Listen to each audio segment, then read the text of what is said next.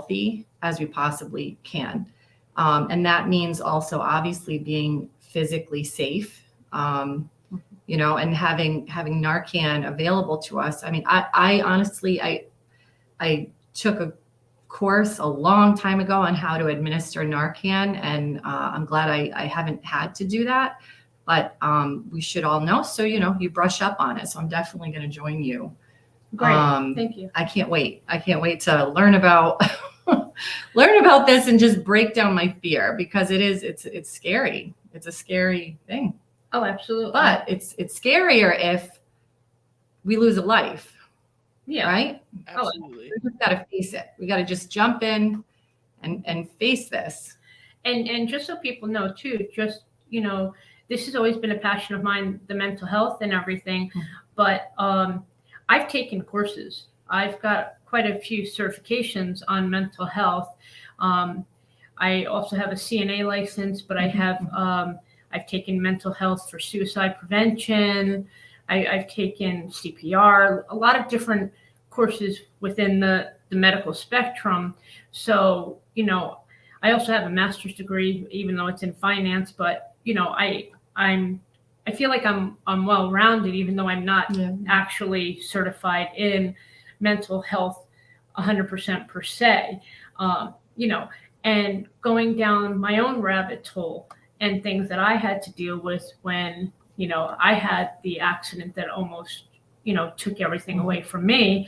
I just feel like this was my lemon to make lemonade and give back. And that's why it's a passion of mine. And that's why I'm going to just keep educating myself and anybody else who wants to and get going.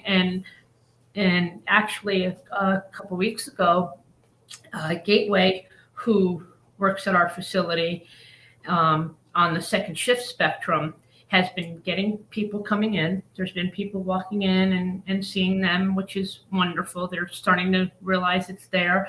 But also the church that I belong to, Christ Church, contacted them. And 2 weeks ago, they asked them to come and do a talk about mental health. And so they went back there. And then yesterday I went and I brought them some more plaques because they wanted more plaques with the QR code to put up at the church. So, it's great the word's getting out and people are being receptive to it and realize it's nothing to be ashamed of. We all have these issues. Oh, yeah. I mean, everybody. It's, I'm very curious about people. That's why I do what I do. Or that's why I enjoy doing what I do. But, I give a lot of credit to people who have had perhaps a complicated life or a complicated story, complicated journey, and they were able to get through that and then want to give back. It's a classroom, right? This life. So I love that. Right? Yeah. So we had a message pop up. It's when and where again? Yep, it's going to be at the United Theater on the 13th of February from 5:30 to 6:30. Free admittance. All are welcome. Again, we're going to have it available too, so you could take whatever you want. If you have a business or multiple businesses, you want to have it in multiple businesses. You want to have it in your car. If you don't want to have it too, it's fine, but it's going to be available.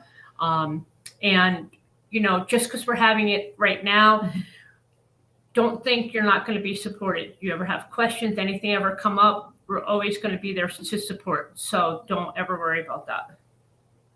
Awesome. We're going to transition into a new topic now. So please check that out at the United Theater. I don't have a good way to just do a transition. So we're going to go to a quick commercial break and then we'll come back. So we'll be right back after a word from one of our sponsors.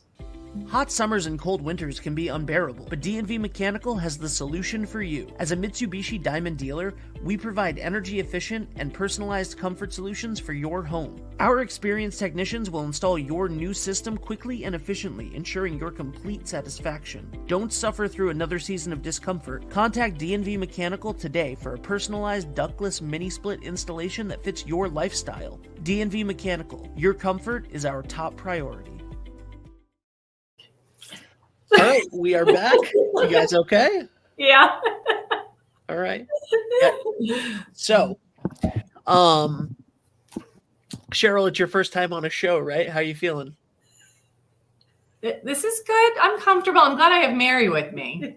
Yes. You know, She's I'm doing used fine. to just being, in front of one person or a couple people at a time, right? So this is, I like it. It's comfortable. Thank you, Ben, Excellent. for Well, asking. Thank you. absolutely, and you're welcome back anytime.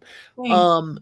So it is the dreary days of February. The groundhog did not see its shadow, but I mean, it's still 6 more weeks of winter regardless because that's how science works. Um, and so we have, I think, 5.5 more weeks until mid-March, end of March. But things are getting progressively, longer. Days are getting longer, etc. But people have been dealing with, seasonal affective disorder. Valentine's Day is coming up. We just got through the holidays. Like, this is a fairly miserable time of year for a lot of people. And it's a very difficult time of year for a lot of people. What do you see? How do you help people? Like, what's going on with all of that?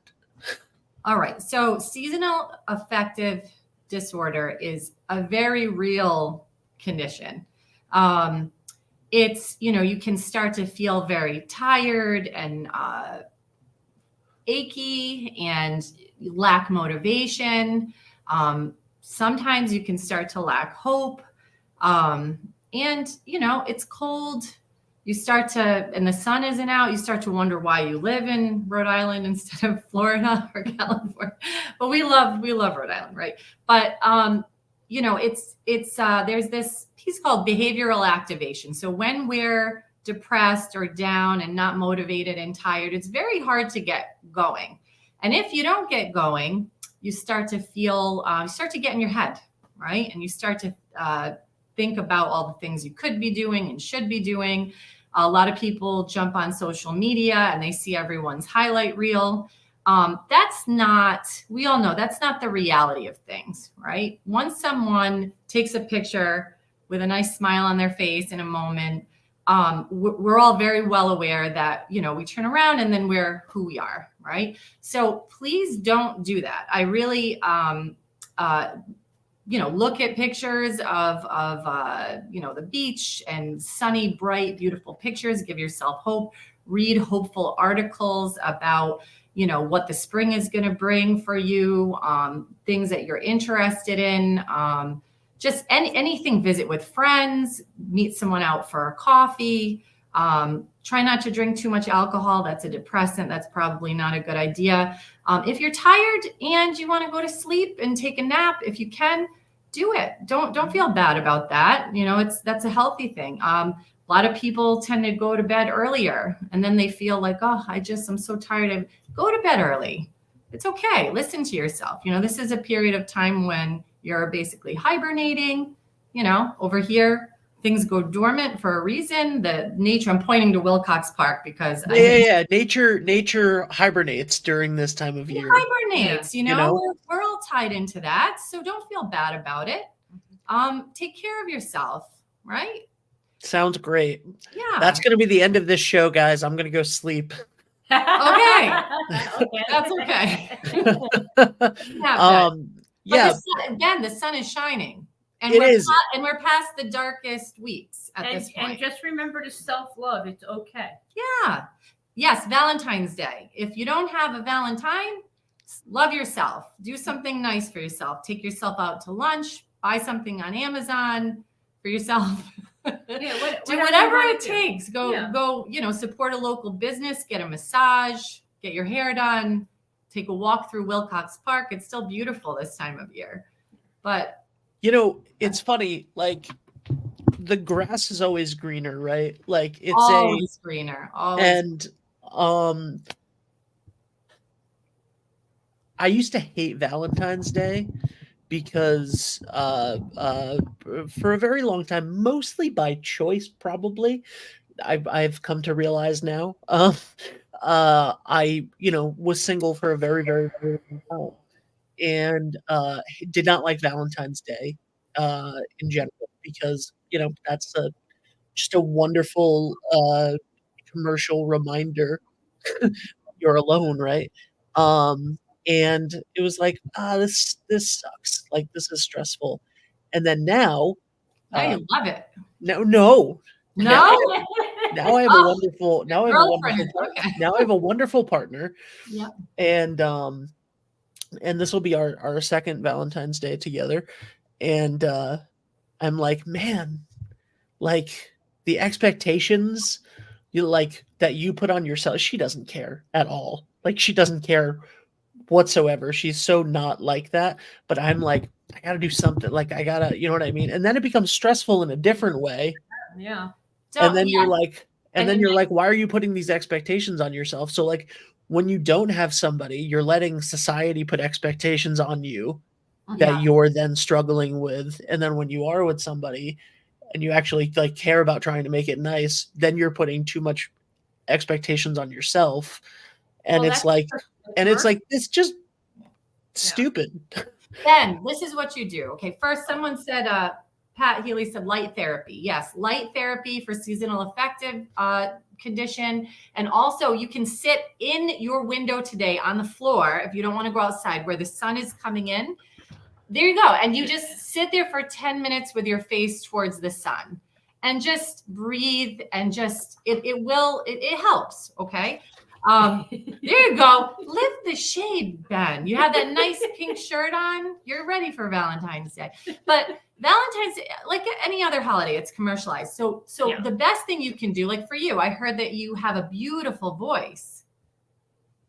I think you have me mixed up with Okay. with Dave DeAngelis. Okay. So forget the voice.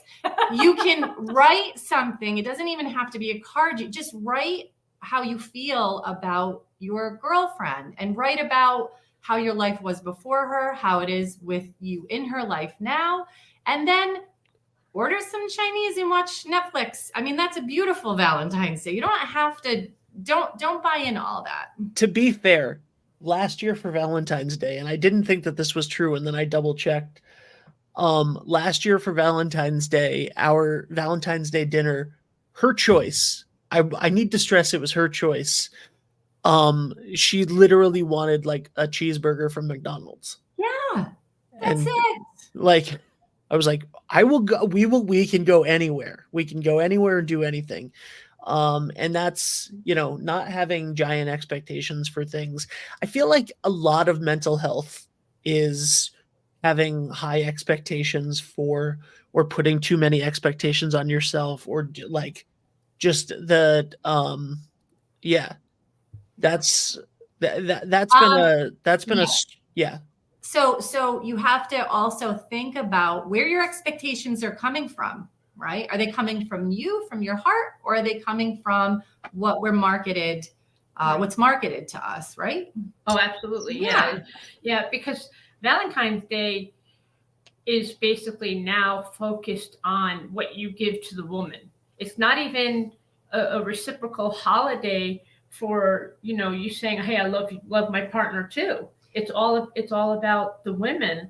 And it used to not be a long, long time ago. It used to be kind of a reciprocal thing, but now it's just so commercialized, the whole thing too. Like, oh, get her a diamond or get her this. Oh, if you don't God, spend, no. No, but you know what I mean? Diamonds. If you don't spend this kind of money, Yeah, you're then worthless. no. And that's not true. Then I agree. listen, it's a day. I look at it. It's just a day. I like Valentine's Day, right? Because Me too. But just don't buy into that. It's a time to reflect on love, and love is all you need, right? But by the way, I'll be back in 1 second. I'm going to go grab something to show you. All right. He's gonna I see him peeking in the light there. You have to watch. I'm gonna lift. Yeah. Right? But it's true. It's gotten so commercialized that people, if they can't do what the commercials and society has drawn on them, they're not worthy, and that's not true. It's not true at all. No, it isn't. I mean, but that's you also putting that on yourself because that's how you're made to feel. you know, Okay. and then if you have that anxiety, you don't even want to just show up, you know, like I would tell my boyfriend, you don't have to spend money on flowers if you just even pick one off this the is side what of the it's road. all about. Okay. Yes. Right. You don't have to, Yeah. No, we just want someone with us and to be happy with us. That's for the it. day. What do you got? Ben, what do you have? Uh, What is that? Looks like a plaque or something. no, this was my gift last year from Jackie. Aww. So this was Okay. Show me. so this is what she made me last year. Oh, that's beautiful. So yeah, she's Look, and you have it, right? yeah, It's not something that was just, you know, No. no. absolutely not. So these are actually the canvas that it's on are actually like coffee filters that she made and then imprinted and painted, Wow. and then she made the moon, and then she the nice stylized there, and the bird. and then the birds and whatever, and obviously like lovebirds and whatever, but Ben, that's beautiful. She took a lot of time to do that. she did, and she's always been an artist. She went to school for graphic design, and like so this meant a lot, obviously. And also something that she didn't even consciously remember, Yeah. that I told her when we first started dating was that right before we started dating, both of my parents died. Yes. Both of my parents passed away in 2020, and in 2021 I was having a lot of panic attacks from PTSD about many things, but that being one of them. And I started going for these mental health walks around my neighborhood, and it started with me just walking around my backyard because I was afraid that I was going to go walk on the road and then have a panic attack and then not want to, not be able to get back. So I was walking around my backyard in laps and trying to get my anxiety under control. And every night when I would do it, these two birds would fly onto the telephone wire across the road from my house and watch me walk. Yeah. The entire time. What was your sense about that? It always felt like my parents were with me. Yeah. And watching me. And she didn't remember that. I told her that, like, consciously. Yeah. But so it means a lot more to you than just the lovebird. It does. Yeah, they are lovebirds. They do have, whatever, but it also reminded me of that, and it just so this is Ben, thank you for sharing that. And I can tell you're very happy, and I can tell you're grateful for her and her love. Yes, you are, Ben.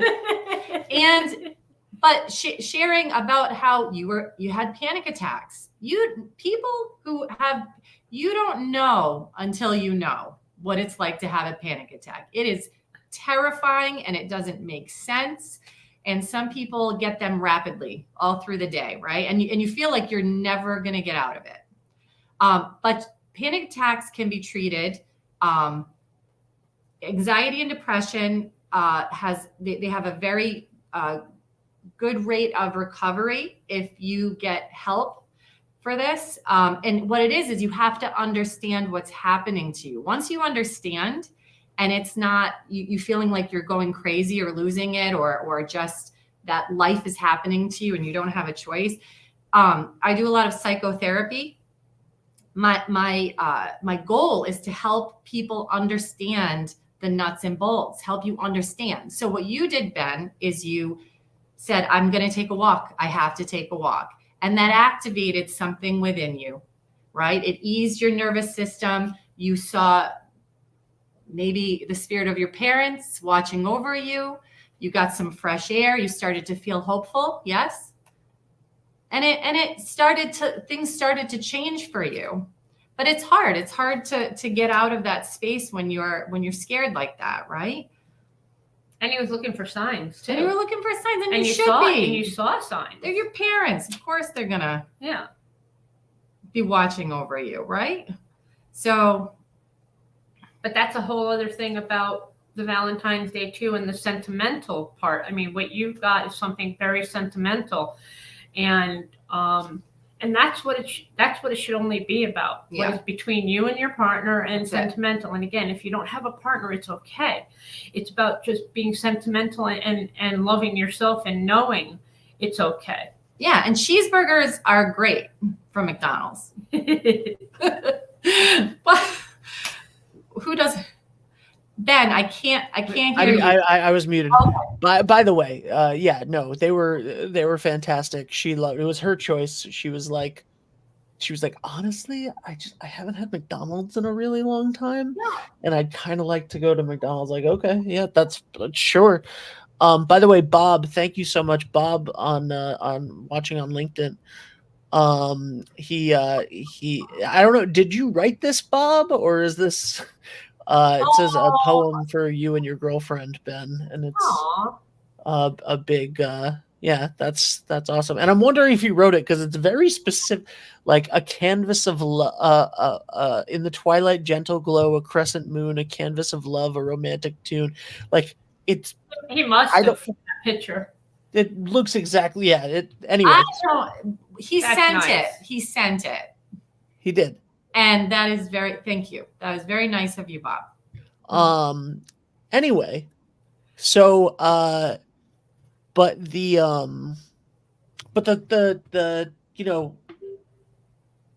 loneliness.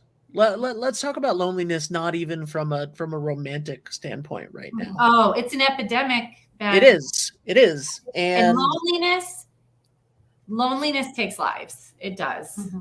And you could be lonely in a room full of people. And I know that sounds, whatever, but it's very, very true. Yes, absolutely. And it's been very difficult after we were all in lockdown, after COVID. People are very anxious still to socialize, but they want to. We need to find our way back to connecting face to face with people, and it built in this anxiety, this generalized anxiety that I think that every single one of us has. And if you don't, let me know. I'd like to hear about it. We'd like to study you. Yeah, I'd like to know. I mean, I honestly, obviously what I do, I see people who have these things, right? So yeah, if you don't, let me know. Let me know about that and how that came to be, because it affected all of us. We're still being affected by it. And the kids, I have 3 boys, and, for what I do, they have things, and I feel at a loss. They're my children, my friends, and my family. I see them go through things. I go through things. Yeah, we all do. But loneliness, yes. Loneliness is a big deal. What do you think about loneliness, Ben? Oh, geez. I think that as cliche as it sounds, like, being lonely in a crowded room is 100% a real thing. And there are, you can have a partner and feel lonely. You can, like many people do, actually. You can, you can be surrounded by tons of family and friends and feel lonely. When I was I remember, like, feeling a deep sense of loneliness as a child, like before my sister passed away when I was 9 years old. And I remember feeling incredibly lonely before that. And there wasn't, like, necessarily a sense of that, but I remember, like, so, like, I felt it, and I've been there, and I've, like, I used to, so I directed plays for a really long time. I started a theater company when I was 16, and we used to put on these shows all the time. And at the end of the show, So I was the director. So like, the whole thing is like a team atmosphere, right? Like when you're the director of the play, you're like the coach. And and we'd have this cast of like 20 people for the adult shows, and we'd have like 200 people in the audience, and then the show would happen, and then after the show everybody would like see their friends and family, and like people would come up and give flowers and give hugs and do all of this stuff and whatever. And like, my parents were there. They came over to me, they said good job, whatever, they left, like whatever. But the whole experience of it, every single time, I felt like the loneliest person in the world during that, because I wasn't on stage. I wasn't the person on stage. So I literally had to let go of it. And then because you're not the person on stage, and I got tons of praise, and it wasn't about praise and whatever, but like, everybody's getting congratulated, everybody's getting blah, blah, blah, everybody's having these like conversation, whatever. And you're like, when it wasn't the same feeling. So like in high school theater, before I became the person in charge of stuff, it was a huge difference of like, I told this to kids growing up, like, you're never going to have more fun in theater than when you're the extra in the background, because then you're just hanging out with everybody the whole time and you have like 5 things to learn, and it's just a good time. The lead of the show, who has to memorize 75 pages of dialogue, is like working. and It's true. and Yeah, they work. And it's the same thing. Like when I was on the football team, like being on the JV as a You played football? Yeah. I mean, I would say so, but I didn't know you played football, because that's what I was thinking. I was thinking being on the line, you don't get the glory. No, Nothing. But it's great. It's so much. When I was playing defensive line for JV, Yeah. so much fun, right? Yeah. The quarterback of the varsity team was working and doing drills and going over play calls and doing all of that stuff. Like, it's a completely different level. So when I became the director at like 17 of all of these people, it was like, it was their show. Like, everybody was enjoying themselves and like having time with their friends and whatever, and I was working, and I was like, the whole thing just gave me an immense sense of loneliness. But it was what I loved doing. Like, the work of it was what I loved doing, but the process of it made me go like, this is lonely. This is a lot different. This is a lot lonelier. And the pressure was all on you, right? What's that? You felt the pressure and everything was all on you. Yeah, but it's a high. You're building something, and then it happens. Right? And then it happens. And then everyone in front, and it's all consuming, right? Yeah. Yep. And then everyone is getting the glory and the praise and the accolades, and you're happy for them. Yep. But then you have to decompress after, and you're like, wow, there was not a lot of that validation for him. Right. Yep. And he has nobody to vent to. They're all venting to him because he's the one running the show. So I hear what you're saying. And one of the most important things, like what people look for, just in general, right, is unconditional positive regard. Okay. There aren't any conditions, but there are conditions when you're, oh, you did a good job. I'm going to give you good feedback, but you just want some positive regard, right? When you walk into a space, you want people to be happy to see you and interested in you. But you're behind the scenes making it happen for the people that shine. And that can be a lonely place to be. I see that. How did you get through it though? How did you handle all of those layers from when you were young up until, football on the line, theater? How did you get, and you had a lot of loss. How did you get through all of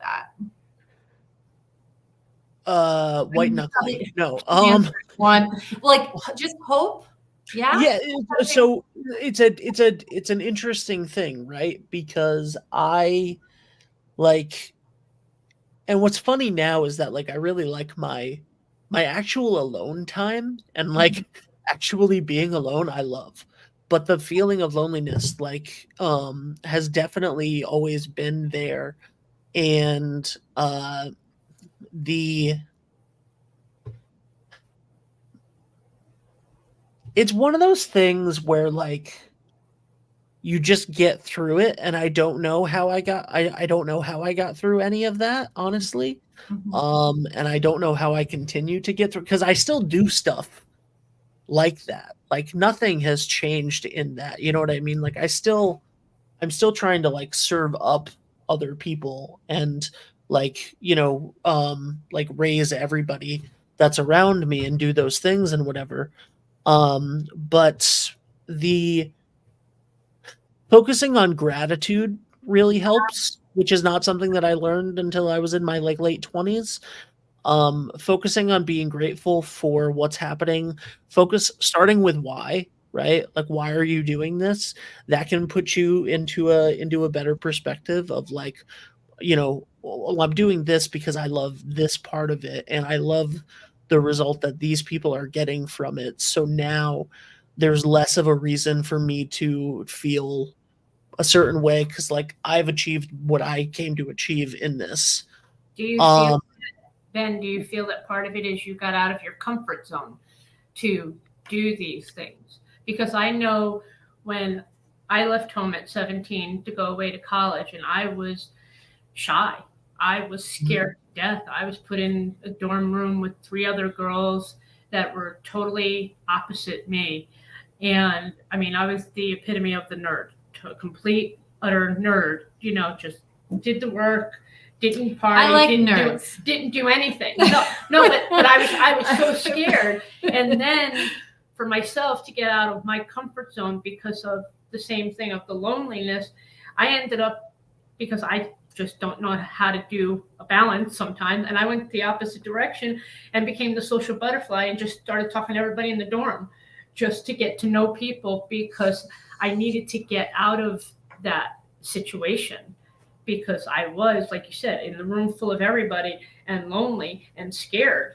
But that was the only way I could do it for me. Yeah. All right. So you push, so that, yes, you have to push yourself, right?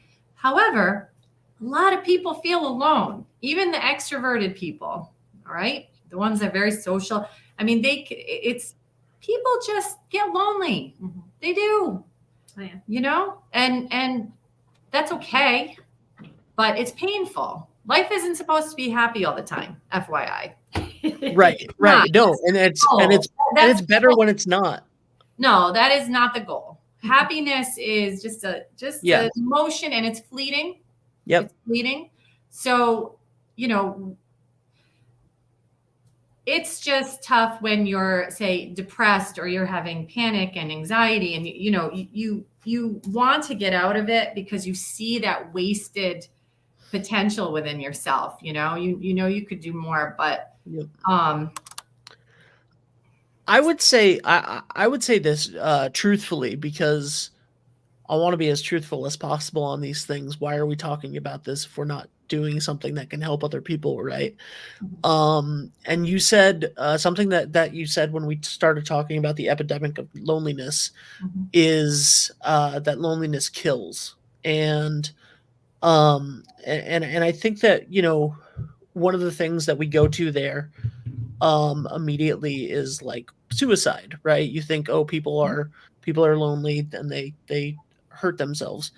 um but uh drugs and alcohol are a major like loneliness can be a major factor in triggering addictions, in developing uh bad habits, and addictions, and all of those things. And for me, I would say luckily, like I'm not an alcoholic. I don't have that gene. I'm not like, I'm not somebody who likes to drink even. Like I have drank many times and sometimes to excess. But like I don't like the taste of alcohol, and it's never been something that's been drawn to me that like draws to me.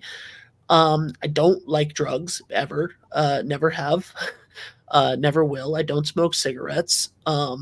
But I definitely, you know, coped with loneliness and depression and all of those things with eating. Oh, And a lot of Me too. Yeah. as you're Me sitting, too. me.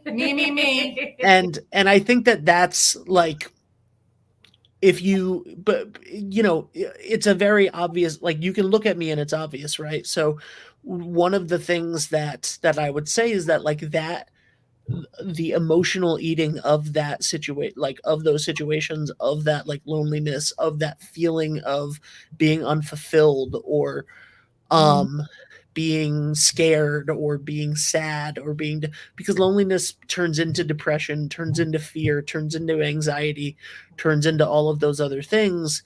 And self-soothing, right, whether it be food, whether it be drugs and alcohol, whether it be, you know, finding a partner, making bad decisions, making bad, you know, finding like sex addictions, stuff like that. Like no matter what it is, we're using these crutches to fill some sort of a void, to cope and to Yeah, I mean, self-soothe. and look And at I would say that that's realistically, because you asked the question like, oh, how did you get through that? And I'm like, I don't know. I just white knuckled it the whole time. And I'm like, I probably just ate my feelings, honestly. Like, no, you eat your feelings. Sometimes you sleep a lot. Sometimes you sleep a lot, you research binge. a lot, binge on research because Yep. you can't, you know, you don't want to feel that. We're yes, people cope in many different ways. And when I see people and they come in and they say they have some kind of vice or some kind of cope that society would find disgusting or not good or whatever it is, I tell everyone I see people in layers, Ben, like a big layer cake, lots of layers. Picture a cake. We're just talking about food. A big cake. And, you know, we're just made of all these layers, and our vices and things are just layers of us. And I look at things, I look at everyone through the lens of, you know, what happened to them. And I look at their childhood. I really focus on childhood and their caregivers and their conditions. Definitely genetics. You have nature, right? Yep. Genetics and nurture, what you're born into, who you're born to, that you can't help. You're kind of stuck for a while with these Right. people. And, you know, and they had things too. So I look at all that, and, you know, some children are extremely lonely and their parents were lonely and no one knew what to do about it. And they watched their parents cope in such a way, and then they took that on, whether it be drugs or alcohol or food or anything, right? So yes, we all have our cope. We're not just white knuckling. You're right, we're not. We can say that because it makes us sound, you know, strong or something, but Right. we're not. And people say, this is one thing that I don't like, when people say, oh, children are so resilient. They're resilient. They can get through it. No, they're not. They're actually not resilient. They adjust. They adjust to the cards that are dealt to them, and Yep. it impacts them. Whatever happens to them impacts them, and they adjust. And then in their 20s, 30s, 40s, they're getting therapy. Not everybody, okay, but like, you know, so Let's be real. Everybody should be. I think everyone should be in therapy. I think everybody should 1 be. hour a week, get it all out. I'm not biased. Tell me anything. I tell everybody, it's like, what happens in Vegas stays in Vegas. Whatever happens in these four walls, whatever you have to say, Yep. I'm not afraid of it. You could talk about dark thoughts, suicidal thoughts. People get very scared with the topic of suicide, right? It's a very bad way to cope. At the end of the day, one of my best professors, Prachi Keen, I took a whole course from January to May. Terrible. Don't take a course on suicide and the dark months. That was hard. But she said it's a terrible way to cope. Always instill hope, right? But that is a terrible way to cope. So we have to educate people. We have to learn other ways to cope. And I know it gets hard. And when you're right there at that threshold and you just don't know what else to do, please, I'll wrap up with this, Ben. Dial 988.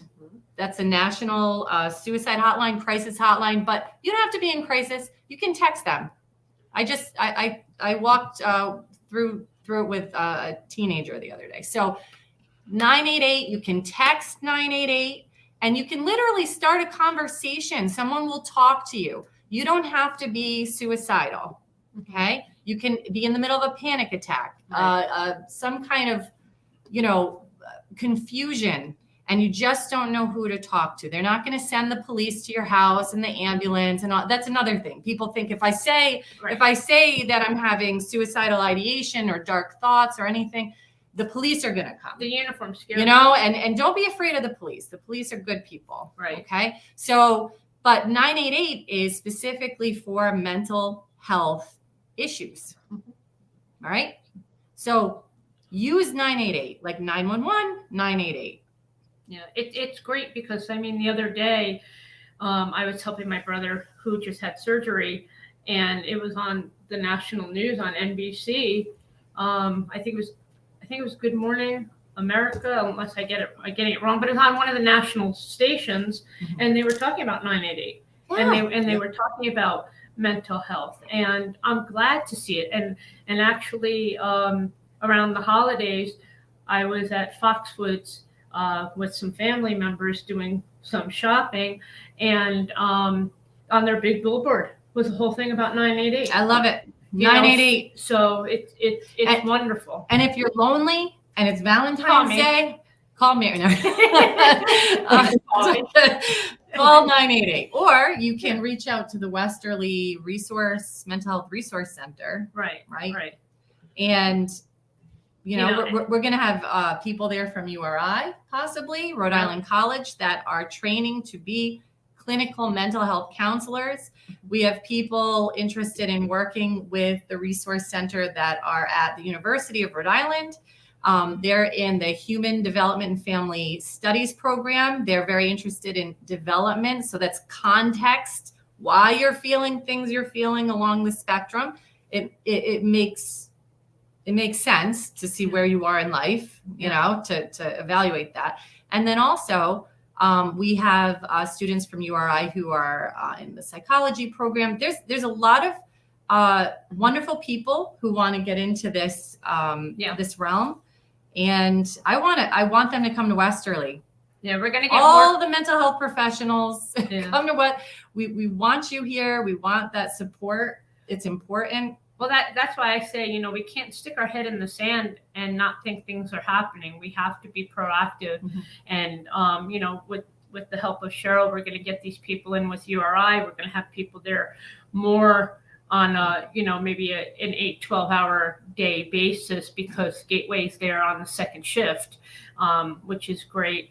But we're also looking, and we're talking about possibly doing a group therapy type of session for people that feel victims.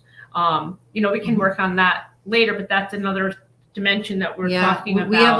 We have a lot coming up for support. Yeah, and they actually recently changed, so the people in NA actually go to the resource center on Saturdays now and have their meetings held there. Saturday at 10. So February, love. If you're feeling down, like you said, you mentioned this, you like to serve people. One of the best things you can do to get out of your head, if you can get yourself to do it, get out of the house, do something for someone else. It literally activates a part in your brain. It's the reward system, and it makes you feel good. Okay. I love working with people. It makes me feel good. It's very self-serving, but I get, and even the loneliness I have, it's filled when I work with people. Same for you, Ben, right? Yep. Absolutely. That's Absolutely. why we do. That's Yeah. motivation for us. So That's why I ran for town council, honestly, was to help people, because I knew the dark road and everything I went through. And I knew the people in my group therapy, when we all got that same note from the insurance company and said, we're denying you this and this and this, I was the only one that wanted to fight, because I wanted to walk again. I wanted to do things. But we were all at that lowest point that we were at. And so I wanted to bring it. And yeah, thank you, Bob. I wanted to pay it forward. Yeah. And I wanted to help them as much as myself. And so that's why. So I didn't care how I ran. And that's why my platform was mental health from the beginning, knowing what I went through. And that's why it's, whether I'm on the council or not on the council, it's still going to be something I'm going to continue to do. And that's why I'm building this and trying to make this as great as possible, because this is for the overall better for everyone. Every time I try to do something, I'm looking at what it can bring. Yep, you're doing a good job. Oh, thank you. Thank you. Awesome. Thank you guys so much. Thank you for being here. Thank you for everything that you do for our community. And one more time, can you tell people where they can get the information about the event at the United Theater? Yes. It'll be February 13th, 5:30 to 6:30. We're going to have people there from URI and medical professionals to talk about how to distribute Narcan. Use it. You could take it with you, whatever, just to basically to educate. And also we're going to be talking about it on the radio, I think 9:00 on Wednesday, the group of us that are involved in it as well, just to kind of, give a little bit more information too. But, again, we're not going to, it's not going to be a one and done and forget. If people miss it or they have questions, just reach out to us and we'll get you the information. We'll get you whatever you need, whatever you want. Yes. Perfect. Yes. Awesome. Thank you so much. Thank you, Cheryl. Cheryl, I hope that you come back many times on the show. That'd be great. I'm comfortable right now. So I was afraid. I was sweating. I was drinking a lot of water. It was my anxiety, She had light therapy. I had light therapy. Yes.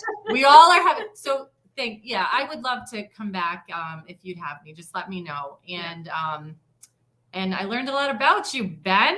You're a football player. Until 11th grade, and then I quit. That because I have 2 sons that play football, 3 sons that would be playing football. But so I started. This is it's a very funny little anecdote. I started high school on the football team, and I ended high school my senior homecoming game as a cheerleader for one game. So I quit football junior year to do theater full time. Yeah. And then senior year, the cheerleaders really wanted to do, the senior cheerleading crew that I was good friends with really wanted to do like they wanted to do like a big stunt. So they needed 2 really strong bases to like do a flip. I was going to say, you weren't the one that they were flipping in the air. No. But they needed 2 strong bases to do a big flip. Yeah. So they got me, and it's funny because I started doing theater because the theater teacher needed football players to play the Russian army in Fiddler on the Roof. And then the cheerleaders needed 2 like football players or big guys to do this stunt for the homecoming game. So my senior year homecoming game, I was on the football field as a cheerleader at halftime so that I could throw up this girl. And the guy that did it with me was on the wrestling team. Yeah. And he backed out the day of because he got like scared and nervous and whatever. So I was the only guy out there, and they did their whole routine, and I just stood there like that, and then I stepped up and did it. peeling back the layers of the onion on you. I don't think this story ends at cheerleading and theater and football and the pink shirt you're wearing. You should wear color more often. I like black. Thanks. I wear black a lot, but definitely that's awesome. I'm going to tell my son he should try out for cheer. No, No. to do that. Listen, there was a girl involved. Okay, the girl that asked me There's to do always it. a girl involved, Ben. Yeah, I knew it. I knew it when you said that. Yeah. A girl, and I figured that there's always Yep. girls. It happened, But They have I was completely. I was like, yeah, cool, whatever. And Yeah. nobody. And a man who can wear a pink shirt. That is something. honest. I love it. I love it. I love a pink shirt. Thanks, I appreciate it. All right, guys, that is it for Mental Health Mondays today. We will be back next week, right before Valentine's Day and right before the event at the United on the 13th. So thank you very much, Cheryl. Thank you, Mary. As always, we'll see you guys later. All right, let me hold on. I'm just trying to find an ad to end on. Because we might just keep going. I know we could just keep going. Yeah. Yes, Ben. All right, everybody. Thank you for watching. Bye for now. Bye, guys. This month is Gavin's 1-year anniversary here at KMA. I think the biggest change that I've seen in him is his self-confidence. Really been a good thing to me. I got bullied all through second grade. Watching Gavin grow into, a self-sufficient, independent young man. And it's been a wonderful thing to see. It actually got me wanting to teach here. It's made me not get bullied this year. We're so lucky to have somebody like Sensei Mike and his team to be working with our kids.